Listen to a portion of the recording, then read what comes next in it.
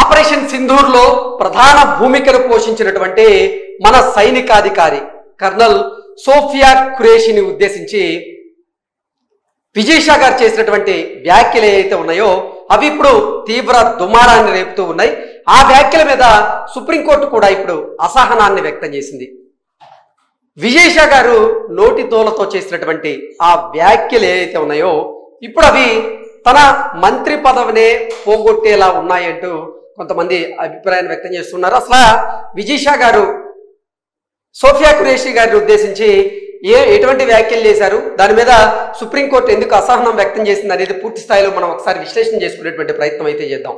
Operation Sindoor తర్వాత మన సైనికాధికారి అయినటువంటి కర్నల్ సోఫియా ఖురేషి గారు అలాగే వింగ్ కమాండర్ వ్యోమికా సింగ్ వీరిద్దరూ కూడా ఒక ప్రెస్ మీట్ పెట్టడం, అసలు ఆపరేషన్ సింధూర్ ఎలా జరిగింది, దానివల్ల ఎంతమంది ఉగ్రవాదులు హతమయ్యారు అనేది తెలియజేసేటువంటి ప్రయత్నం అయితే చేశారు. అయితే ఉగ్రదాడిని ఉగ్రవాదులను ఉద్దేశించి విజయ్ షా గారు ఆయన ఒక మంత్రిగా ఉన్నారు.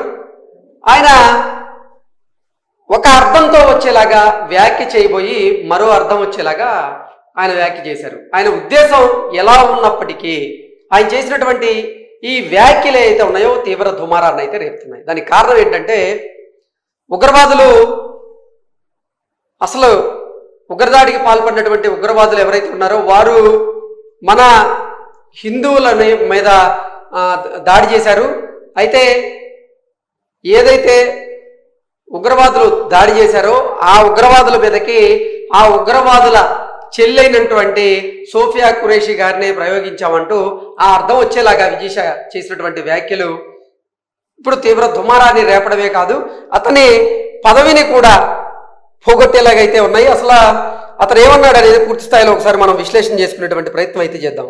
సైనికాధికారి కర్నల్ సోఫియా ఖురేషిని ఉద్దేశించి మధ్యప్రదేశ్ మంత్రి విజయ్ షా చేసినటువంటి వివాదాస్పద వ్యాఖ్యలు తీవ్ర దుమారం రేపిన సంగతి తెలిసిందే. వాటిపైన సుప్రీంకోర్టు కూడా అసహనం వ్యక్తం చేసింది. ఈ పరిణామాల వేళ ఆయన పదవీ గండం ఎదుర్కొంటున్నట్లుగా తెలుస్తోంది. విజయ్ షా వ్యాఖ్యలపై విపక్షాలు తీవ్ర విమర్శలు చేస్తూ ఉన్నాయి. ఆయన్ను ఇంకా ఎందుకు పదవి నుంచి తొలగించడం లేదని మధ్యప్రదేశ్ ప్రభుత్వాన్ని ప్రశ్నిస్తూ ఉన్నాయి. ఈ వ్యవహారంలో మే 28న నిర్ణయం తీసుకోవచ్చని తెలుస్తోంది. మంత్రిపై నమోదైనటువంటి ఎఫ్ఐఆర్ పై దర్యాప్తునకు 3 సభ్యులతో ఏర్పాటైనటువంటి సిట్ ఆ రోజున నివేదిక ఇవ్వనుంది. దాని ఆధారంగా విజయ్ షా మీద చర్యలు ఉండొచ్చని భారతీయ జనతా పార్టీ వర్గాలైతే వెల్లడించాయి. పాకిస్తాన్ పై పోరుకు సంబంధించినటువంటి వాటి మీద వివరాల మీద మీడియాకు సమాచారం వెల్లడిస్తూ సైనికాధికారి కర్నల్ సోఫియా ఖురేషి పైన మధ్యప్రదేశ్ గిరిజన సంక్షేమ శాఖ మంత్రి అయినటువంటి విజయ్ షా గారు చేసినటువంటి వ్యాఖ్యలు తీవ్ర వివాదానికి దారితీసిన సంగతి తెలిసిందే. ఆమెను విజయ్ షా ఉగ్రవాదుల సోదరిగా పేర్కొనడం పైన దుమారం రేగింది. దీంతో ఈ వ్యవహారాన్ని సుమోటగా తీసుకున్నటువంటి మధ్యప్రదేశ్ హైకోర్టు ఆయనపై కేసు నమోదు చేయాలని ఆదేశించింది. దీన్ని సవాల్ చేస్తూ ఆ మంత్రి సుప్రీంకోర్టును ఆశ్రయించగా ఆయన క్షమాపణలు చెప్పాలని ఆదేశించింది.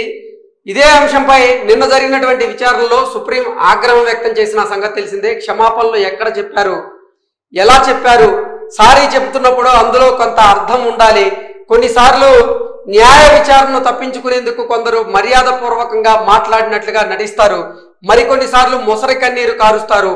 ఇందులో మీ క్షమాపణ ఎలాంటిది? ఏదో న్యాయస్థానం అడిగింది కాబట్టి చెబుతున్నట్లుగా ఉంది మీ వ్యవహారం. మనస్ఫూర్తిగా క్షమాపణలు చెప్పడానికి మీకున్న అభ్యంతరం ఏంటి అంటూ కూడా విజయ్ షాని కోర్టు మందలించేటువంటి ప్రయత్నం చేసింది. నిజంగా విజయ్ షాకి సారీ చెప్పడానికి ఉన్నటువంటి ఆ అభ్యంతరాలు ఏంటనేది ఎవరికి అర్థం కావట్లేదు. నిజంగా ఒక ముస్లిం మహిళ అయినప్పటికీ భారత సైనికాధికారిగా ఆపరేషన్ సింధూర్లో ఆవిడ కీలకమైనటువంటి పాత్ర పోషించారు. ఉగ్రవాదులను ఉద్దేశించి మాట్లాడుతూ అసలు ఉగ్రవాదులకి సోఫియా ఖురేషి గారికి నక్కకి నాగలోకానికి ఉన్నటువంటి తేడా అయితే ఉంది. అసలు సోఫియా ఖురేషి గారు లాంటి వ్యక్తిని ఉగ్రవాదులతో ఎలా పోలుస్తారు ఈ విజయ్ షా అంటూ కూడా నెటిజన్లు అయితే ఆయన మీద మండిపడ్డారు.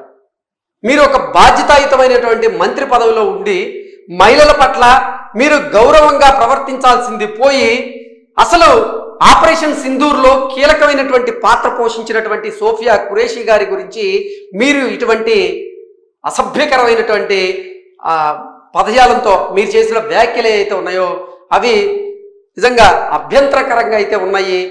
మీరు ఖచ్చితంగా సోఫియా ఖురేషీ గారికి క్షమాపణలు చెప్పి తీరాల్సిందే అంటూ కూడా నెటిజన్లు అయితే పెద్ద ఎత్తున సోషల్ మీడియా వేదికగా చేసుకొని అతన్ని ట్రోల్ చేశారు. అయినప్పటికీ ఆయన వైఖరి మారలేదు.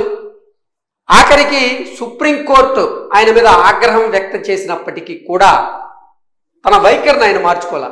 దానికి కారణం ఏంటనేది అర్థం కావట్లేదు. నిజంగా భారతీయ జనతా పార్టీ సిద్ధాంతాల ప్రకారంగా చూసుకున్నట్లయితే అసలు భారతీయ జనతా పార్టీ సిద్ధాంతాల ప్రకారంగా మహిళలకి గౌరవం ఉంటుంది.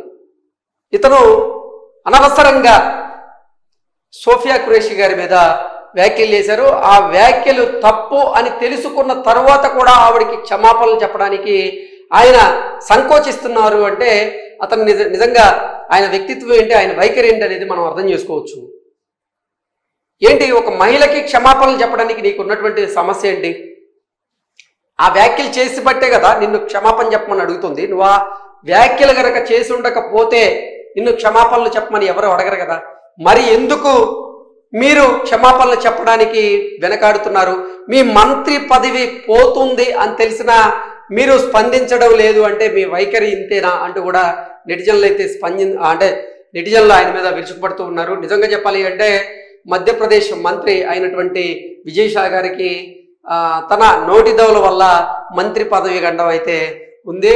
ఆ మంత్రి పదవి ఊస్టింగ్ అయ్యేటువంటి అవకాశం అయితే స్పష్టంగా కనపడుతూ ఉంది. అలాగే పెద్ద ఎత్తున కూడా అసలు మిమ్మల్ని మంత్రివర్గం నుంచి బర్తరఫ్ చేయకముందే మీరే రాజీనామా చేయాలి, లేదంటే మనస్ఫూర్తిగా మీరు సోఫియా ఖురేషీ గారికి క్షమాపణ చెప్పి తీరాల్సిందే అంటూ కూడా నెటిజన్లు అయితే పెద్ద ఎత్తున ఆయన్ని ట్రోల్ చేస్తూ ఉన్నారు. ఇక్కడ ఆయన్ని అయితే వదిలేటువంటి ప్రసక్తే లేదన్నట్లుగా వాళ్ళ కమెంట్లు చూస్తే మనకు అర్థం అవ్వచ్చు. నిజంగా చెప్పాలంటే అసలు ఆపరేషన్ సింధూర్లో భాగంగా కీలకమైనటువంటి పాత్ర ఆపరేషన్ సింధూర్లో సోఫియా ఖురేషీ గారు అలాగే వ్యోమికా సింగ్ గారు వీరిద్దరు కూడా పోషించారు. ఆ తర్వాత కూడా అసలు వారు మీడియా ముందుకు వచ్చి ఆపరేషన్ సింధూర్కి సంబంధించినటువంటి అప్డేట్స్ మన వాళ్ళకి పంచుకునేటువంటి ప్రయత్నం చేస్తూ ఉన్నారు.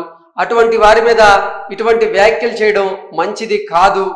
ఇప్పటికైనా సరే మీ నోటి దోల తగ్గించుకోండి అంటూ కూడా అతనికి వార్నింగ్ ఇచ్చేటువంటి పరిస్థితి అయితే ఉంది. Thank you so much.